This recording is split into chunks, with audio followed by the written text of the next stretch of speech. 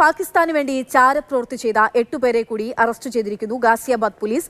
പ്രായപൂർത്തിയാകാത്ത ഒരാളടക്കം 22 പേർ പോലീസ് കസ്റ്റഡിയിൽ. CCTV ഉൾപ്പെടെ സ്ഥാപിച്ച് ചാരപ്രവൃത്തി നടത്തിയത് സൈനിക താവളങ്ങൾക്ക് സമീപത്താണ്. വിഷ്ണു പ്രസാദ് വിവരങ്ങളുമായി ചേരുകയാണ്. വിഷ്ണു, ഇവർ ഏതു തരത്തിൽ, എവിടെ, എങ്ങനെ ചാരപ്രവൃത്തി നടത്തിയെന്നുള്ളതാണ്. എങ്ങനെയാണ് ഇവർ അറസ്റ്റിലാവുന്നത്? അക്ഷയ, ഈ മാസം 14-ാം തീയതി ബീറ്റ് പോലീസ് ഓഫീസർക്ക് തോന്നിയ ഒരു സംശയമാണ് രാജ്യത്തെ ഏറ്റവും വലിയ ഒരു ശൃംഖല നടത്തിയ ചാരപ്രവൃത്തിയിലേക്ക് വിരൽ ചൂണ്ടിയത്. തുടർന്ന് നടന്ന അറസ്റ്റുകൾക്കൊടുവിൽ ഇന്നിപ്പോൾ നടന്ന 3 അറസ്റ്റ് ഉൾപ്പെടെ 22 പേരാണ് ഇതിനോടകം തന്നെ പോലീസിന്റെ പിടിയിലായിട്ടുള്ളത്.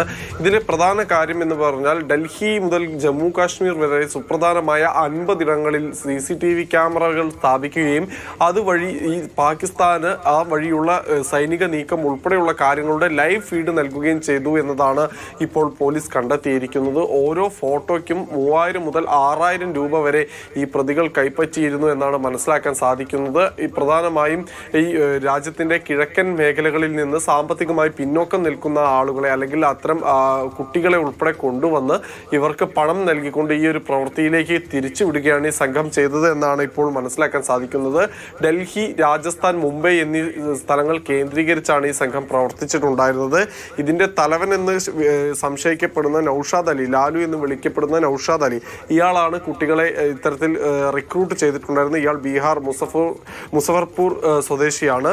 കൂടാതെ മീര എന്ന് പറയുന്ന മറ്റൊരു വ്യക്തി, ഇവരാണ് ആയുധങ്ങൾ സപ്ലൈ ചെയ്തിട്ടുണ്ടായിരുന്നത്. പിന്നെ ഒരു പ്രായപൂർത്തിയാകാത്ത ഒരു കുട്ടിയുമാണ് ഇപ്പോൾ പിടിയിലായിട്ടുള്ളത്. ഇതിൽ പ്രധാനമായും ഇവർ ഈ ഒരു പ്രദേശത്തെ ഒരു പെട്രോൾ പമ്പ് ഒരാൾ അടക്കം 22 പേരാണ് ഇപ്പോൾ പോലീസിന്റെ കസ്റ്റഡിയിൽ ആയിരിക്കുന്നത്. വിഷ്ണു പ്രസാദാണ് വിവരങ്ങൾ നൽകിയത്.